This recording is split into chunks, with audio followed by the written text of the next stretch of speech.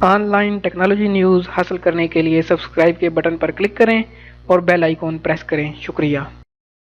अस्सलाम वालेकुम दोस्तों, मैं हूं मोहम्मद जमाल उर्दू टेक्नोलॉजी के साथ। दोस्तों, आज की मेरी स्पेशल वीडियो उन दोस्तों के लिए है जो कि सऊदी अरब के अंदर मुकीम है, लेकिन वो कनाडा की इमिग्रेशन हासिल करना चाहते हैं या सऊदी अरब के अंदर रहते हुए कनाडा जाना चाहते हैं। तो इस वीडियो के अंदर मैं आपको स्टेप बाय स्टेप वो तमाम मालूमात फराहम करूंगा जिसके ऊपर आप अमल करते हुए कनाडा की इमिग्रेशन के लिए खुद अप्लाई कर सकते हैं। उसके लिए आपको किसी एजेंट की ज़रूरत नहीं होगी। तो इस पूरी वीडियो को देखें, मैं इंशाल्लाह आपको तमाम मालूमात फराहम करता हूँ।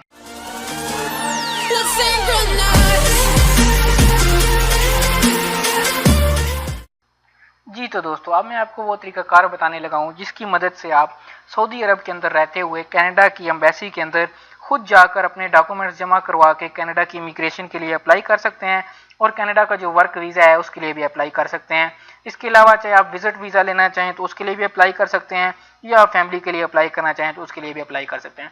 तो सबसे पहले आपको करना यह है कि आपको गूगल या कोई भी ब्राउज़र के अंदर जाकर आप जिस मुल्क के अंदर, चाहे आप सऊदीया, Dubai, Qatar, Oman, Bahrain, Kuwait, जिसके अंदर भी मुकीम है पाकिस्तान के अंदर, तो आपने वहाँ से उसका एम्बेसी का जो एड्रेस है, एम्बेसी की जो वेबसाइट है, उसको ओपन कर लेना है। उसके साथ ही आपको वहाँ से उसका एड्रेस और उसकी लोकेशन का भी पता चल जाएगा और आपको दूसरी मालूमात भी वहाँ से उसकी वेबसाइट से मिल जाएंगी। तो मैं इस वक्त सऊदी अरब के शहर रियाज के अंदर मुकीम हूँ, तो मैं रियाज के अंदर जो है वो कैनेडियन एम्बेसी उसको सर्च करूँगा।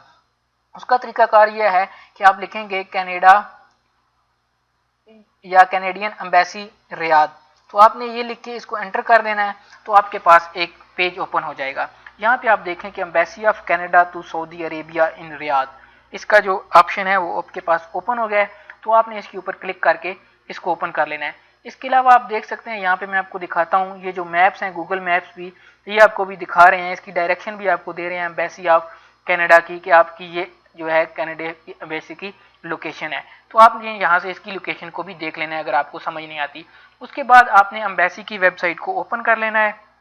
आप जैसे ही वेबसाइट को ओपन करेंगे तो आपके पास उनकी कैनेडियन एम्बेसी की जो वेबसाइट है उसका एक होम पेज आ जाएगा। यहाँ के ऊपर लिखा होगा government of Canada Saudi Arabia GC.ca, यानी कि ये कनाडा एम्बेसी की जो ऑफिशियल वेबसाइट है, आप उसके ऊपर हैं और उसके मुतल्लिक जो आपको मालूमात हैं वो यहाँ से मुकम्मल मालूमात मिलेंगी। तो अब आप ये देख सकते हैं, सबसे ऊपर आपके पास ओपन हो गया embassy of Canada to Saudi Arabia in Riyadh, यानी कि रियाद के अंदर जो कैनेडियन एम्बेसी है उसकी ये वेबसाइट है। लेफ्ट साइड पे आपको इसको नजर आएगा मुख्तलिफ डिस्कवर कनाडा, जिसके अंदर visa and immigration, study in Canada, doing business with Canada, about Canada, यहाँ से मुख्तलिफ इसके जो ऑप्शंस हैं वो नज़र आ रहे हैं। नीचे इनके बायलेटरल रिलेशंस का एक टैब है जिसके अंदर सऊदी अरेबिया और कनाडा के जो ताल्लुकात हैं, जो बहरीन के साथ इनके ताल्लुकात हैं, क्योंकि ये गल्फ कंट्रीज़ के लिए वेबसाइट है बेसिकली, तो इसके अंदर जो है उसकी मालूमात दी हुई है। उसके नीचे आपको आवर ऑफिस का नज़र आ जाएगा टैब, उसके अंदर जो है इनके कॉन्टैक्ट अस और इसकी जॉब अपॉर्चुनिटीज़ इन कैनेडियन एम्बेसी, इस वगैरह की मालूमात दी हुई हैं। और नीचे है फॉर कैनेडियन, जो कैनेडियन शहरी हैं उनके लिए जो सर्विसेज हैं उसका अंदराज किया गया है। तो सबसे पहले तो आपने करना क्या है कि आपने जो, क्योंकि वीज़ा और इमिग्रेशन सर्विसेज हासिल करना चाहते हैं, तो हम यहाँ से आपको वीज़ा एंड इमिग्रेशन सर्विसेज के ऊपर क्लिक करें। अगर आप स्टडी के बारे में जाना चाहते हैं तो आप स्टडी इन कनाडा के ऊपर क्लिक करेंगे, और अगर आप बिजनेस के साथ कोई मालूमात जानना चाहते हैं तो आप business, doing business with Canada, उसके ऊपर क्लिक करेंगे। और अगर आपको कनाडा के बारे में मालूमात दरकार हैं तो आप अबाउट कनाडा के ऊपर क्लिक करेंगे। तो हमें क्योंकि वीज़ा एंड इमिग्रेशन सर्विसेज के बारे में मालूमात चाहिए तो हम सबसे पहले वीज़ा एंड इमिग्रेशन के ऊपर क्लिक करेंगे। आप यहाँ से भी क्लिक कर सकते हैं, आप यहाँ से भी क्लिक कर सकते हैं, दोनों का मकसद एक ही है। जैसे ही आप वीज़ा एंड इमिग्रेशन के टैब के ऊपर आएंगे, आपके पास यहाँ पे एक इम्पोर्टेंस नोटिस ऊपर आ रहा है, कनाडा हैज़ चेंज, यानी कि कनाडा ने तब्दील कर दी हैं इट्स एंट्री रिक्वायरमेंट्स, जो इसकी पहले एंट्री की रिक्वायरमेंट थी, तो आप यहाँ से देख सकते हैं कि क्या उसके अंदर चेंजेस हुई हैं। जैसे ही ये आप जानते हैं कि कनाडा के अंदर नई हुकूमत आई है, तो उन्होंने कैनेडियन एम्बेसी के अंदर जो है इमिग्रेशन के अंदर बहुत सी तब्दीलियां की हैं, जिसके मुताबिक अब जो है उन्होंने थोड़ा इमिग्रेशन जो लॉज हैं उनको सख्त कर दिया है। इसके नीचे आपको देख सकते हैं find out how to go to Canada, कि आप किस तरह कनाडा जा सकते हैं, and how to apply for a visit through the services listed below, कि आप नीचे जो सर्विसेज दी हुई हैं इनकी मदद से किस तरह विजिट वीज़ा के लिए अप्लाई कर सकते हैं। ये देखें, सबसे ऊपर विजिट का टैब है, यहाँ से आपको apply to visit Canada for tourism और बिजनेस और find out what you need to carry with you to transit Canada. इसके अंदर आपको 3 ऑप्शन दिए गए हैं कि आप यहाँ तो कनाडा के टूरिज्म के लिए जाना चाहते हैं या बिजनेस के लिए जाना चाहते हैं किसी मीटिंग्स के अंदर, या कुछ और आपके मामलात हैं जिसके लिए आपको ट्रांजिट फ्लाइट चाहिए या कनाडा का ट्रांजिट वीज़ा चाहिए, तो उसके लिए आप विजिट के टैब के ऊपर क्लिक करेंगे। उसके नीचे दूसरा टैब जो आपको नजर आ रहा है वो स्टडी का टैब है। ये देखें, स्टडी के टैब के ऊपर जब आप क्लिक करेंगे तो आपको यहाँ पे लिखा नजर आएगा apply to study in Canada as an international student, कि आप यहाँ पे क्लिक करके आप एज ए स्टूडेंट कनाडा के अंदर वीज़ा के लिए अप्लाई कर सकते हैं। उसके बाद नीचे वर्क का टैब आता है, apply to work in Canada temporarily, कि आप टेम्पोरेरी तौर पे कनाडा के अंदर वर्क करना चाहते हैं। जैसे हम सऊदी अरब के अंदर आते हैं, इकामा लगवाते हैं 2 साल का, 3 साल का, 1 साल का, जॉब करते हैं, कॉन्ट्रैक्ट करते हैं कंपनी के साथ, तो इसी तरीक़ाकार की मदद से आप कनाडा के अंदर भी काम कर सकते हैं। तो इसके लिए आपको एक आर्जी तौर पे कनाडा के अंदर मुलाजमत मिलेगी और उसके लिए आप अप्लाई करेंगे। इमिग्रेट, इसके नीचे टैब है कि आप एलिजिबिलिटी की उसके ऊपर अप्लाई करें, जैसे कनाडा की पॉलिसीज़ हैं, अगर उसके ऊपर आप फिट आते हैं तो आप यहाँ से जो है इमिग्रेशन भी कनाडा की ले सकते हैं, यानी कि आपको कनाडा की नेशनलिटी भी मिल सकती है। उसके बाद फैमिली स्पॉन्सरशिप है कि आप किस तरीक़ा से फैमिली की स्पॉन्सरशिप भी ले सकते हैं। अगर आपका कोई स्पॉन्सर जो है, आपकी बीवी, आपका भाई, आपका बहन, आपकी माँ, आपके बाप में से कोई भी कनाडा के अंदर मुकीम है, तो उसकी मदद से आप किस तरह अपनी जो है वो स्पॉन्सरशिप ले सकते हैं। उसके अलावा नीचे माई एप्लीकेशन का टैब है और उसके नीचे इन एडमिनिस्ट्रेबिलिटी का टैब है। यहाँ से आप अपनी एप्लीकेशन का स्टेटस वगैरह चेक कर सकते हैं जो अगर आपने अप्लाई किया हुआ है, और नीचे आप कनाडा की सिक्योरिटी रीजंस और हेल्थ रीजंस के बारे में मालूमात हैं। परमानेंट रेजिडेंट्स आउटसाइड कनाडा, यहाँ पे आप अगर कनाडा के बाहर मुकीम है तो यहाँ पे आप क्लिक करके जो है वो अगर कनाडा के अंदर परमानेंट रेजिडेंस लेना चाहते हैं तो उसकी मालूमात आप यहाँ से ले सकते हैं। उसके नीचे उन्होंने दिया हुआ है protect your self from fraud, कि आप किस तरह अपने आप को फ्रॉड से बचा सकते हैं। एजेंटों के थ्रू बिल्कुल भी आप अपना केस फाइल ना करें।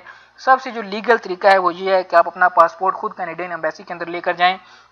वहाँ पे आपका कैनेडियन जो एम्बेसी है, ऑफिसर है, वीज़ा ऑफिसर, वो आपका इंटरव्यू करेंगे और उसके बाद आपको वो बताएंगे कि आपको वो वीज़ा ग्रांट करते हैं या नहीं करते हैं। वहीं से आपको सारी मालूमात मिलेंगी और अगर आपको वीज़ा ग्रांट हो जाता है तो आपका पासपोर्ट अपने पास रख लेंगे। कुछ दिन के बाद वो आपको आपके पासपोर्ट के ऊपर वीज़ा लगाकर, वीज़ा स्टैंप करके, तो आपका पासपोर्ट जो है वो आपके हवाले कर देंगे। इस तरह आप किसी भी वक्त जो है उसके बाद कनाडा का टिकट लेके कनाडा के लिए अप्लाई कर सकते हैं। तो जो दोस्त भी सऊदी अरब के अंदर मुकीम है वो लाजमी तौर पे वर्क के लिए अप्लाई करना चाहते होंगे, तो आपने यहाँ से वर्क वीज़ा के ऊपर क्लिक कर देनी है। जैसे ही आप वर्क के ऊपर क्लिक करेंगे तो अब आपके सामने एक मुख्तलिफ टैब खुल जाएगा वर्क इन कनाडा का, apply to work in Canada, extend a work permit और हायर अ फॉरेन वर्कर, यानी कि आप या तो कनाडा के अंदर काम करना चाहते हैं उसके लिए अप्लाई करें, या अपना वर्क परमिट जो आपके पास ऑलरेडी है उसको एक्सटेंड करवाना चाहते हैं, या आप कोई बाहर का आदमी जो है उसकी सर्विसेज लेने चाहते हैं आपके पास वर्क पे, जिस तरह कफील यहाँ पे वीज़े पे हमको बुलाते हैं। तो इसके बाद आपने करना क्या, सर्विस एंड इन्फॉर्मेशन आपके पास आ गया है। Find out if you need a work permit, यहाँ से आप देखेंगे कि आप कौन सी कैटेगरी के अंदर आते हैं कि जिसके अंदर आपको एक वर्क परमिट की ज़रूरत पड़ेगी। उसके बाद get a work permit, find out if you can apply and how to apply to work in Canada as a temporary worker, business person और स्टूडेंट।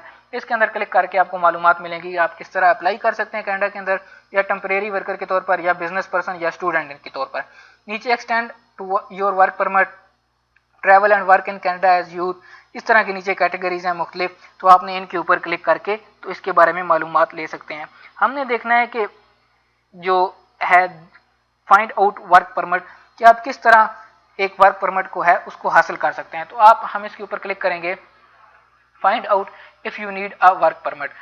जैसे ही आप इसके ऊपर क्लिक करेंगे तो आपके पास ये एक टैब और ओपन हो जाएगा जिसके अंदर आपको बताया जाएगा do you need a work permit to work in Canada, कि क्या आप उस कैटेगरी के अंदर हैं जिसके अंदर आपको वर्क परमिट कनाडा के अंदर चाहिए। कुछ ऐसी कैटेगरीज भी कैनेडियन एम्बेसी, कैनेडियन इमिग्रेशन ने बना रखी हैं, अगर आप उस कैटेगरी से बिलोंग करते हैं तो आपको बिल्कुल भी वर्क परमिट की ज़रूरत नहीं है, आप सिंपली कनाडा का वीज़ा लेकर वहाँ पर वो जाकर काम कर सकते हैं। उसके अंदर जो मुख्तलिफ कैटेगरीज उन्होंने दी हैं वो आपको मैं बताता चलूँ, एथलीट और कोच, एविएशन एक्सीडेंट और incident investigator, business visitor, civil aviation inspector, clergy, convention organiser, crew member, emergency service provider, examiner and evaluator, expert witness और investigator, family member of foreign representative, foreign government officer और representative, health care student, जज, referee और similar official, military personnel, news reporter और film and media crew.